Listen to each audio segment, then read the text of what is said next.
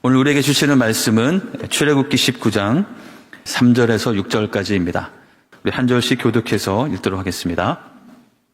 모세가 하나님 앞에 올라가니 여호와께서 산에서 그를 불러 말씀하시되 너는 이같이 야곱의 집에 말하고 이스라엘 자손들에게 말하라.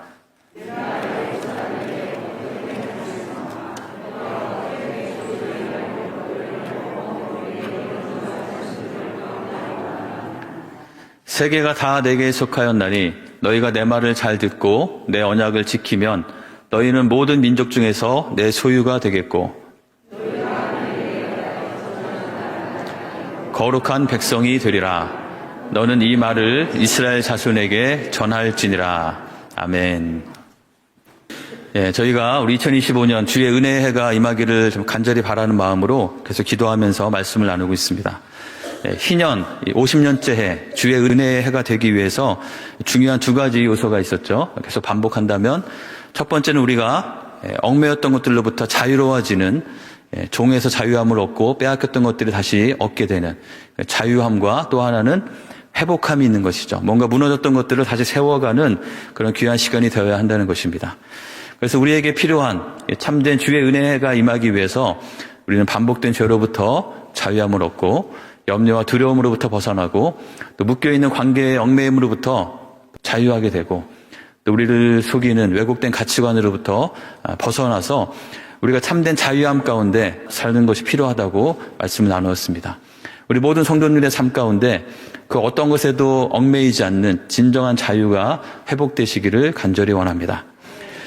두 번째로 우리에게 회복되어야 될 것은 자유하게 되었다면 다시 세워야 할 것들이 있는데 첫 번째는 우리의 정체성이죠. 나는 과연 누구인가? 그리고 우리의 정체성에 맞게 주님을 닮아가는 삶을 살기 위한 우리의 삶의 가장 어찌 보면 작지만 중요한 경건의 루틴들, 내가 어떻게 주님 앞에 나아가는지 그것들을 회복되어야 되는 것을 말씀을 드렸고요. 지난주에는 우리가 함께하는 공동체성을 회복하는 것이 중요함을 말씀을 나눴습니다. 오늘은 네 번째로 우리에게 소명, 하나님께서 우리를 부르신 그 부르심이 회복되어야 하는 것이 이 희년의 은혜를 누리기 위해서 우리에게 중요한 것임을 같이 말씀을 나누도록 하겠습니다. 여러분 혹시 이런 생각을 이렇게 하면서 사시나요? 이런 질문을 혹시 종종 받으십니까? 나는 과연 잘 살고 있는 걸까? 여러분 어떠세요? 잘 살고 계십니까? 아멘 하시는 분도 있고 좀 자신이 없는 분도 있고 그런 것 같습니다. 내가 이렇게 사는 게 정말 나는 잘 살고 있는 걸까? 라는 이런 질문 앞에 우리가 때로는 좀 주저하게 되기도 하는 것 같습니다. 정말 이렇게 사는 것이 정말 잘 사는 것일까? 하지만 이 질문은 우리가 종종 해봐야 되는 질문이고 우리 삶의 방향을 잘 잡아가기 위해서 중요한 질문이라고 믿습니다. 이런 질문들 앞으로 흔들리게 되는 여러 가지 이유들이 있는데요. 그 중에 하나는 우리가 살고 있는 세상이 점점점 불확실성이 커지는 그런 세상이기 때문에 그런 것 같습니다. 저는 이렇게 장거리 운전을 하면 어떤 강연 같은 거를 이렇게 켜놓고 듣는 것을 좋아하는데요. 최근에 카이스트의 어떤 미래학자인 교수님이 한 강연을 듣게 됐는데 굉장히 인상적인 내용이 있었습니다. 우리가 살아가는 세상은 이 불확실성이 점점점 증폭되어가는 그런 세상이라고 합니다. 그러니까 이전에는 별로 생각하지 않았던 것들이 더 새롭게 생각해야 되고 고려해야 하는, 이전에는 그냥 이렇게 가면 되는 것들이 더 이상 그렇지 않은 것들이 너무 많아졌다는 것이죠. 이런 불확실성이 폭증하게 된 원인들을 몇 가지 분석을 하시는데요. 첫 번째는 기후 변화 때문이라고 합니다. 우리가 살고 있는 기후가 점점 기후 자체가 달라지기 때문에 우리가 살아가는 삶의 환경 자체가 너무 달라지게 되는 것이죠. 최근에 일어나고 있는 많은 여러 가지 기근들, 더 많아지는 산불과 이상 기온들이 그런 현상들이 될 수 있겠죠. 이전에는 그냥 덥기만 하던 나라에서 갑자기 춥고 눈이 내리는 상황이 벌어지면 이전과 같은 삶을 더 이상 살 수 없는 그런 새로운 큰 변화들이 일어나게 되는 것이죠. 또 하나의 이유는 초연결성이라고 합니다.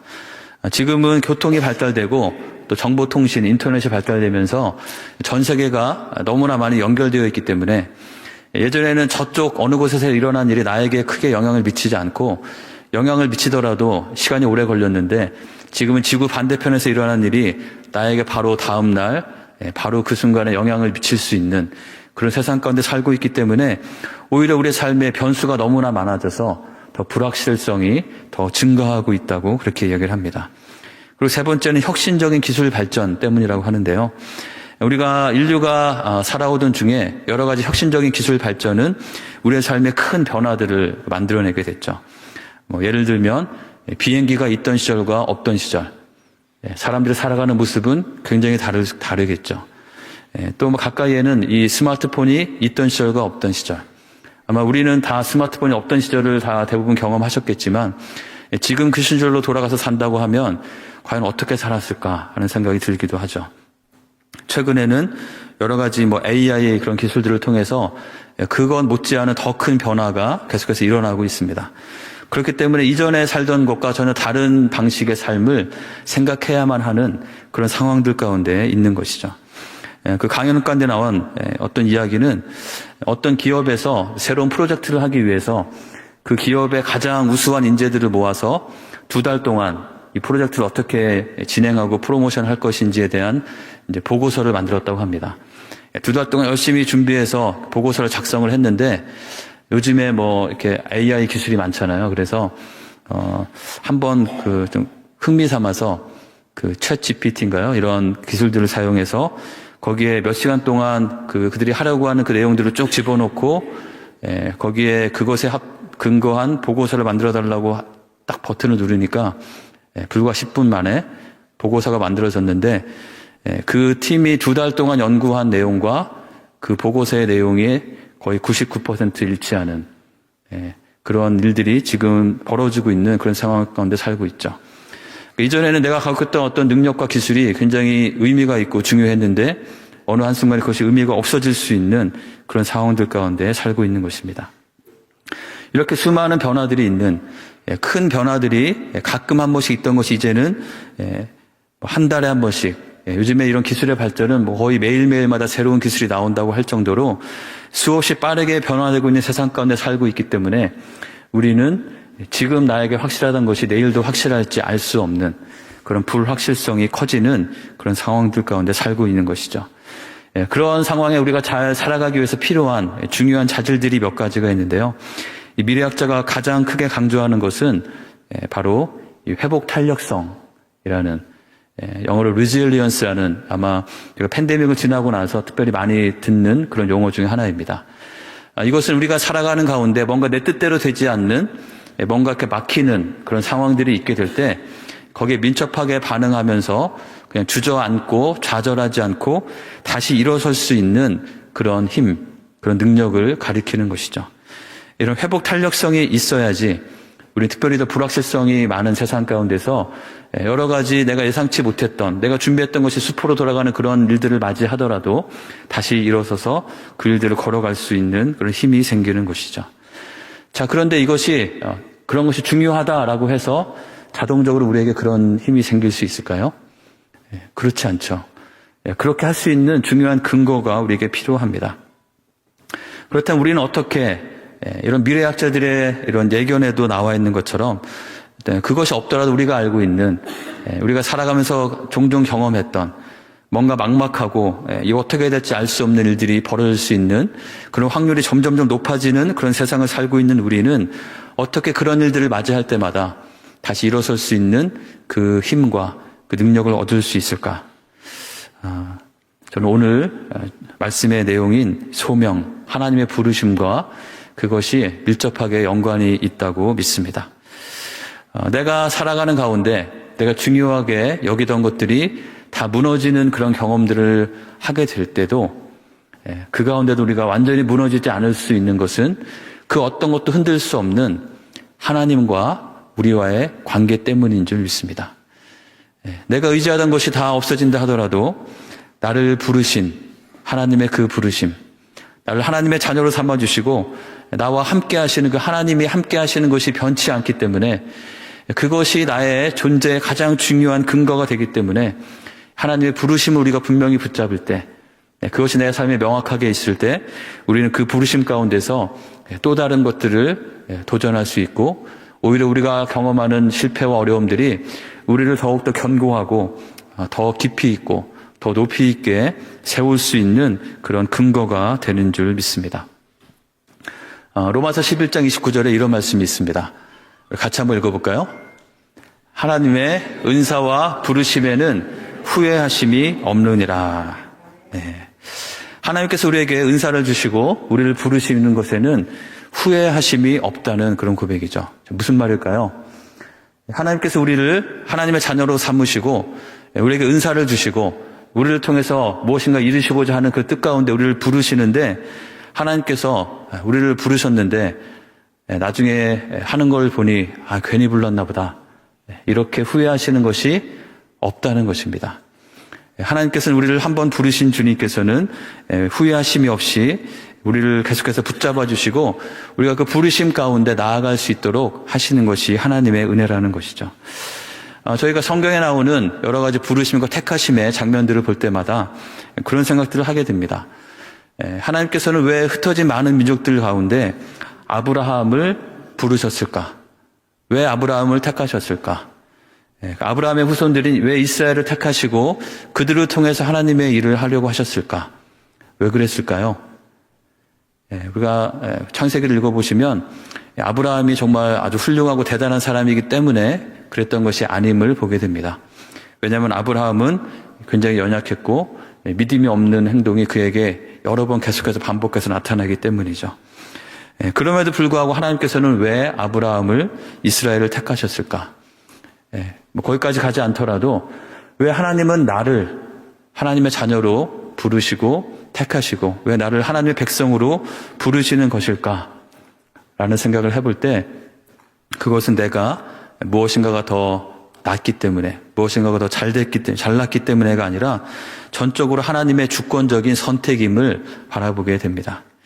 그래서 우리를 그렇게 하나님의 주권 가운데 부르신 그 하나님께서 우리를 부르셨고 또 우리를 부르심에 후회가 없다고 하시는 그 말씀을 기억할 때 우리가 하나님의 부르심을 받은 것 자체가 얼마나 큰 은혜인가 생각하게 됩니다.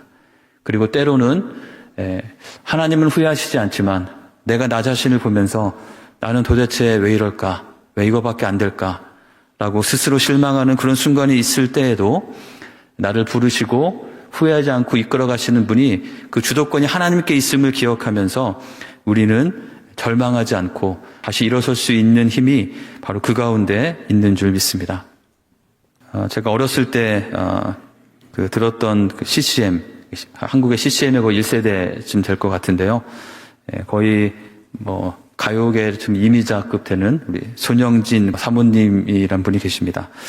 그분의 그 찬양곡 중에 상심한 내 마음속에서라는 그 가사가 있는데요. 제가 부르지는 않을 테니까 걱정하지 마시고, 그 가사가 이렇게 됩니다. 상심한 내 마음속에서 주님의 계획을 보내 이전부터 날 택하시고 큰 일을 행하시는 주님. 상심한 내 마음속에서 주님 얼굴을 보내 끝날까지 날 잡아주시고 큰 약속 이루시는 주님. 때로는 자기 자신의 모습을 보면서 상심하고 무너지는 스스로를 바라보지만 오히려 그 가운데서 하나님의 계획과 하나님의 얼굴을, 하나님의 일하심을 바라본다는 것이죠. 감사한 내 마음속에서 주님 사랑을 느끼네. 이전부터 날 택하시고 나의 예배를 받으시는 주님. 기쁜 내 마음속에서 주님 평강을 느끼네. 끝날까지 날 잡아주시고 나의 찬송을 받으시는 주님. 그 주님을, 나를 부르시는 그 주님을 바라보고 그 주님을 예배하는 가운데 내 마음속에 사랑이 느껴지고 감사가 생기고 기쁨과 평강이 생긴다는 고백이죠. 그 후렴구 가사를 제가 참 좋아하는데요. 나는 어리석고 미련한 사람인데 주님 왜 날 사랑하시는지. 나는 교만하고 부족한 사람인데 주님 왜 날 세워주시는지. 생각할 때마다 정말 그렇다고 고백할 수밖에 없는 것 같습니다. 우리 자신은 너무나 어리석고 미련하고 또 교만하고 부족함이 많고 너무나 쉽게 넘어지는 우리이지만 그럼에도 불구하고 우리를 부르신 하나님께서는 우리를 부르심에 후회함이 없으시고 우리를 다시 여전히 사랑하시고 세워주시는 그런 하나님이신 줄 믿습니다. 그런 우리를 부르신 주님의 그 부르심을 붙잡을 때 우리는 어떠한 상황에서도 절망하지 않고 어떠한 일이 우리 삶 가운데 일어난다 할지라도 우리는 그 주님의 사랑을 기억하면서 우리를 부르시고 붙잡으시는 그 주님을 기억하면서 다시 일어설 수 있고 주님을 사랑한다고 고백할 수 있는 줄 믿습니다. 우리 사랑하는 성도님 한 분 한 분을 부르시고 여전히 한 분 한 분을 향하여서 동일한 마음으로 여러분을 바라보시고 여러분을 붙잡아 주시는 주님의 그 부르심을 새롭게 하시는 그 소명이 회복되는 귀한 한 분 한 분 되시기를 주님의 이름으로 간절히 축원합니다. 자, 그렇다면 그 소명을 회복한다는 것이 좀 더 구체적으로 어떤 의미인지 제가 살펴볼 필요가 있겠습니다. 먼저 오늘 읽은 우리 본문 말씀을 잘 볼 필요가 있는데요. 이스라엘 백성들이 가나안 땅에 들어가서 살아가는 가운데 50년마다 희년을 갖게 하고 그 희년의 시간 동안 그들이 자유를 얻고 회복을 하게 하신 것, 그들이 그 희년의 시간을 보내는 동안에 하나하나 다시 세워져야 할 것들이 여러 가지가 있는 것을 제가 살펴보았는데, 그 중에 가장 중요한 것은 하나님께서 왜 그들을 애굽 땅에서 이끌어내셔서 이 가나안 땅에 들어가게 하셨는가, 그들을 부르신 목적이 무엇인가, 하나님의 그 부르심이 무엇인가를 다시 기억하는 것이 가장 중요한 것 중에 하나였을 것이라고 믿습니다. 그래서 그 부르심이 무엇인지를 잘 살펴볼 필요가 있는데요. 오늘 읽은 본문이 바로 그 내용입니다. 오늘 출애굽기 19장에 보시면 모세가 하나님 앞에 올라가니 여호와께서 산에서 그를 불러 말씀하시되, 애굽 땅에서 이스라엘 백성들을 이끌어내신 하나님께서 시내산에서 모세를 부르시고 그에게 이스라엘 자손들에게 전하라고 이렇게 말씀하신 것이죠. 4절, 내가 애굽 사람에게 어떻게 행하였음과 내가 어떻게 독수리 날개로 너희를 업어 내게로 인도하였음을 너희가 보았느니라. 하나님께서 이스라엘 백성들을 끄집어내시기 위해서 애굽에서 어떻게 하셨는지, 그리고 지금까지 어떻게 마치 독수리 날개를 업어서 온 것처럼 그 모든 과정들을 어떻게 인도해 오셨는지, 홍해를 가르게 하시고 여러 전쟁들을 이기게 하시고 여러 가지 사건들을 통해서 지금 그곳까지 인도해 오신 하나님의 손길을 바라보라고 말씀하고 있는 것이죠. 바로 이스라엘 백성들을 부르시고 그들을 구원하신 그 하나님의 손길을 보라는 것입니다. 자, 그러면서 그렇게 하신 목적이 무엇인지를 5절과 6절에서 분명하게 말씀하시죠. 세계가 다 내게 속하였나니, 이 세상 모든 민족과 모든 세계가 다 하나님께 속하였는데 그 중에 이스라엘 백성을 부른 이유가 무엇이냐면, 너희가 내 말을 잘 듣고 내 언약을 지키면 너희는 모든 민족 중에서 내 소유가 되겠고 너희가 내게 대하여 제사장 나라가 되며 거룩한 백성이 되리라. 너는 이 말을 이스라엘 자손에게 전할지니라.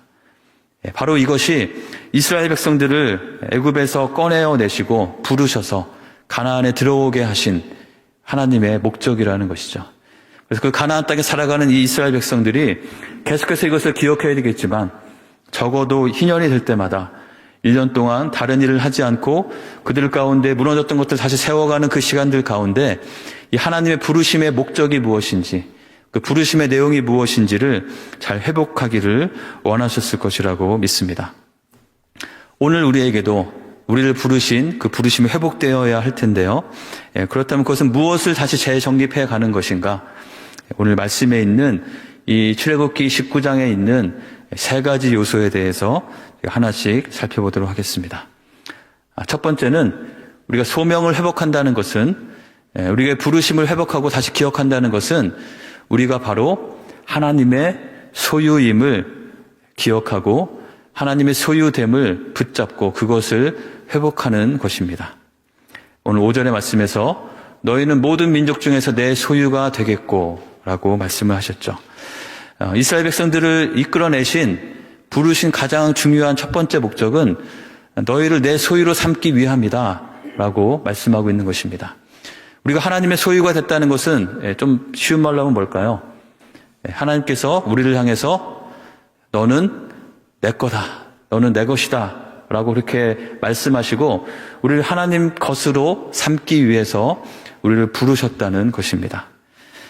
우리의 부르심, 가장 중요한 것은 다른 어떤 목적과 우리가 해야 될 어떤 의무보다도 가장 중요한 것은 하나님께서 우리를 하나님의 것으로, 하나님의 자녀로, 하나님의 백성으로 부르셨다는 것입니다.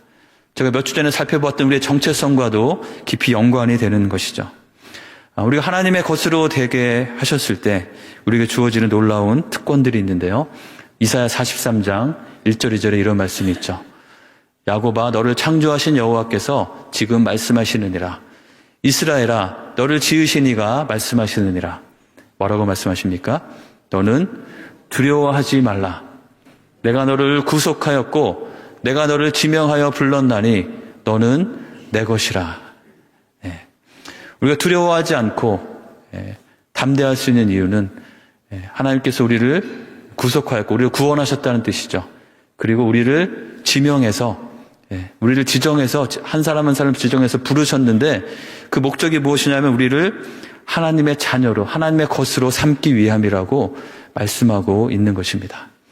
지금 우리가 이 자리에 있는 것은 주님께서 우리를 지명하여 부르시고 우리를 주님의 것으로 삼으셨기 때문에 우리가 이 자리에 있는 줄 믿습니다. 이것이 우리가 기억해야 될, 부르심에 대해서 기억해야 될 가장 중요한 내용인 것이죠. 주님께서 우리를 주님의 것으로 삼으셨기 때문에 우리 삶에는 어떠한 은혜가 있습니까? 내가 물 가운데로 지날 때에 내가 너와 함께 할 것이라. 강을 건널 때에 물이 너를 침몰하지 못할 것이며 내가 불 가운데로 지날 때에 타지도 아니할 것이요 불꽃이 너를 사르지도 못하리니. 우리가 주님의 것이 되었기 때문에 어떤 상황에서도 하나님께서는 우리에게 중요한 약속을 주시는 것이죠. 내가 너와 함께 하겠다. 우리가 주님의 것이기 때문에 주님을 우리를 귀하게 여기시고 우리와 함께 하시고 함께 하시는 그 은혜와 함께 하시는 그 보호하심과 그 특권이 우리의 삶 가운데 있게 하신다고 약속하신 것입니다. 우리가 주님의 것이 되었을 때 우리가 살아가는 삶 가운데는 여전히 이런 물의 환난과 불의 환난 같은 것들이 있을 수 있는 것이죠. 그러나 중요한 것은 하나님께서 그 가운데 우리와 함께 하시고 우리를 보호하신다는 그런 약속이 우리에게 있습니다. 이러한 고백들은 성경 곳곳에서 많은 우리 신앙의 선진들의 삶을 통해서 또 우리의 성도들의 삶 가운데 많은 간증으로 고백되고 있는 것이죠. 시편 23편에서 여호와는 나의 목자시니 내가 부족함이 없다고 고백할 수 있는, 내가 사망의 음침한 골짜기로 다닐지라도 해를 두려워하지 않고 하나님께서 주시는 평강 가운데 거할 수 있다고 고백하는 것은 바로 우리가 하나님의 것이기 때문에, 주님께서 우리를 하나님의 것으로 부르셨기 때문인 줄 믿습니다. 하나님의 것인 제자들이 물 위에서 큰 풍랑을 만나서 고생하고 있을 때 주님께서는 어떻게 하십니까? 그 물 위로 걸어서 찾아오시는 분이 바로 우리 주님이신 것이죠. 우리에게 그 놀라운 특권과 그 은혜가 있음을 기억하시기 바랍니다. 우리의 부르심, 우리를 하나님의 자녀로 삼으신, 그것은 바로 우리가 주님의 것이고 주님께서 귀하게 여기시는 존재가 되었다는 그 사실임을 기억하시는 한 분 한 분 되시기 원합니다. 그렇기 때문에 우리는 이 시편 37편에 있는 이 고백을 우리도 같이 할 수 있는 것이죠. 여호와께서 사람의 걸음을 정하시고 그의 길을 기뻐하시나니, 24절 같이 읽어볼까요? 그는 넘어지나 아주 엎드러지지 아니함은 여호와께서 그의 손으로 붙드심이로다. 주님께서 우리의 걸음을 정하시고 인도하시는데 그 길을 가다 보면 때로는 우리가 넘어지는 일도 있을 수 있는 것이죠. 그런데 중요한 것은 무엇입니까? 우리가 넘어질지언정 아주 엎드러지지는 않는다는 것입니다. 왜 그렇습니까? 하나님께서 우리를 하나님의 것으로 삼으셨기 때문에, 하나님의 것으로 부르셨기 때문에 하나님의 손으로 우리를 붙드시기 때문인 것입니다. 그래서 때로 지금 당장 내 앞에 무엇인가 잘 되지 않고 내가 뭔가 잘못한 것 같기도 하고 뭔가 실패를 경험하고 있다 하시더라도 우리가 기억할 것은 나는 주님의 것이다. 그렇기 때문에 주님께서 이 상황에도 함께 하시고 나를 이끄신다. 그렇기 때문에 나는 두려움 가운데 빠져 있는 것이 아니라 내가 넘어지더라도 다시 일어나서 주님께서 나에게 열어주시는 그 새로운 길로 나아갈 수 있다라는 그 믿음의 고백을 드리는 우리가 되어야 될 줄 믿습니다. 이것이 우리의 부르심을 회복할 때 우리가 주어진 놀라운 특권인 것이죠. 두 번째로 이 소명을 회복해야 될 때 기억할 것은 바로 우리를 거룩한 백성으로 부르신다는 사실인 것이죠. 성경에 나오는 이 거룩함이라는 단어의 의미는 단순히 깨끗함만이 아니고 구별됨이라는 뜻입니다. 뭔가 세상과 달라야 한다는 것이죠. 하나님의 자녀이기 때문에, 하나님의 백성이기 때문에 뭔가 구별된 모습이 있어야 한다는 것입니다. 에베소서 1장에 보시면 이런 말씀이 있죠. 찬송하리로다. 하나님 곧 우리 주 예수 그리스도의 아버지께서 그리스도 안에서 하늘에 속한 모든 신령한 복을 우리에게 주시되 곧 창세전에 그리스도 안에서 우리를 택하사 우리로 사랑 안에서 그 앞에 거룩하고 흠이 없게 하시려고 그 기쁘신 뜻대로 우리를 예정하사 예수 그리스도로 말미암아 자기의 아들들이 되게 하셨으니. 이 말씀에 나오는 것처럼 우리를 부르신 것은 예수 그리스도를 통해서 예수님의 십자가의 그 희생과 보혈을 통해서 우리를 부르신 것입니다. 근데 그 우리를 부르심의 목적들 가운데는 우리가 하나님의 것이 되었기 때문에 이제는 우리가 하나님의 것답게, 하나님의 자녀답게, 하나님의 백성답게 세상과 구별되는 거룩한 삶을 살기를 원하시고 그것이 우리를 향한 주님의 기대라는 것을 기억해야 될 줄 믿습니다. 우리의 부르심을 기억한다는 것은 우리가 주님의 것이 되었다는 것과 함께 그렇기 때문에 우리는 이제 주님의 소유다운 거룩한 삶을 살아야 하는 것을 의미한다는 것을 기억해야 될 줄 믿습니다. 주님께서는 또한 이것을 우리가 우리의 어떤 의지로 하도록 하신 것이 아니라 바로 성령을 우리 안에 주시고 우리가 성령을 쫓아 행하면서 성령의 인도하심을 따라 살아갈 때 그 거룩한 삶을 살 수 있게 하시는 그 은혜가 우리에게 있는 것이죠. 세 번째로 그 소명을 회복한다고 하는 것은 바로 우리가 제사장 나라로 부르심을 받았다는 것을 기억하고 그 소명을 다시 세워가는 것입니다. 제사장 나라가 된다. 이것은 무슨 뜻일까요? 여러분, 제사장은 어떤 사람입니까? 제사장이 하는 일이 무엇이죠? 그렇죠. 이스라엘 백성들 가운데서 이스라엘 백성들이 하나님께로 나아갈 수 있도록 그 중간 역할을 하는 것이 제사장의 역할이죠. 제사장의 역할에 대한 것은 성경의 곳곳에 특별히 구약에 많이 나와 있는데요. 그 중에 신명기 33장에 보면은 모세가 이스라엘 각 족속별로 이렇게 축복하는 내용이 나오는데 그 중에 레위 족속에 대한 축복의 내용을 보면 이 제사장이 무엇을 해야 되는지 우리가 잘 알 수 있습니다. 자, 레위에 대하여는 주의 둠밈과 우림이 주의 경건한 자에게 있도다. 자, 이것이 무슨 말일까요? 둠밈과 우림은 무엇이냐면 제사장 의복에 들어가는 것으로서 판결 흉패와 같은 것입니다. 이것을 통해서 하나님의 뜻이 무엇인지를 판단하고 전하도록 한 것이죠. 바로 제사장 직분에 대해서 이야기하고 있습니다. 제사장 직분을 그들이 가졌기 때문에 그들이 해야 될 일은 10절에 보시는 것처럼 주의 법도를 야곱에게, 주의 율법을 이스라엘에게 가르치며 주 앞에서 분향하고 온전한 번제를 주의 제단 위에 드리리로다. 자, 그들이 제사장으로서 해야 될 일은 무엇이냐면 하나님의 뜻이 무엇인지를 백성들에게 전달하고, 그렇죠. 그리고 또 그 다음에는 백성들이 하나님 앞에 제사할 수 있도록 그 번제를 제단에 드리는, 그래서 하나님과 백성들 사이에서 하나님의 말씀을 전하고 또 백성들이 하나님 앞에 나올 수 있도록 인도하는 그 중간 역할을 하는 것이 제사장의 역할인 것이죠. 자, 그렇다면 제사장 나라가 되라는 것은 무슨 뜻일까요? 이스라엘 백성 안에서 레위인들이 제사장이 되어서 다른 백성들이 하나님께 나오도록 하는 일을 돕는 역할을 했다면 제사장 나라가 된다는 것은 아까 출애굽기 19장 말씀 맨 앞에 전 세계가 나에게 속하였다라고 말씀하시면서 시작한 것처럼 전 세계가 다 하나님께 속하였고 하나님께 나오는 데 있어서 이 이스라엘 백성들이 이 구별된 거룩한 삶을 통해서 그들의 영향력을 통해서 다른 모든 민족들이 하나님께로 나오도록 하는 그 제사장 역할이 그들에게 주어져 있다는 것이 바로 하나님께서 그들을 부르신 중요한 목적이라고 말씀하고 있는 것입니다. 이스라엘 백성들을 통해서 그들만 복을 받는 것이 아니라 그들을 통해서 다른 모든 민족이 하나님께로 나오게 하는 제사장 나라가 되도록 부르셨다는 것이죠. 이것은 사실 아브라함을 처음 부르시던 그 장면부터 나오게 됩니다. 창세기 12장 말씀인데요. 창세기 11장에 바로 바벨탑 사건이 있게 되죠. 사람들이 하나님과 같이 되려고 탑을 높게 쌓았을 때 하나님께서는 그들의 언어가 혼잡하게 하셔서 각각의 언어대로 흩어지게 하셨습니다. 그 흩어진 많은 민족들 가운데 하나님께서는 아브라함을 부르시고 그에게 약속을 하시죠.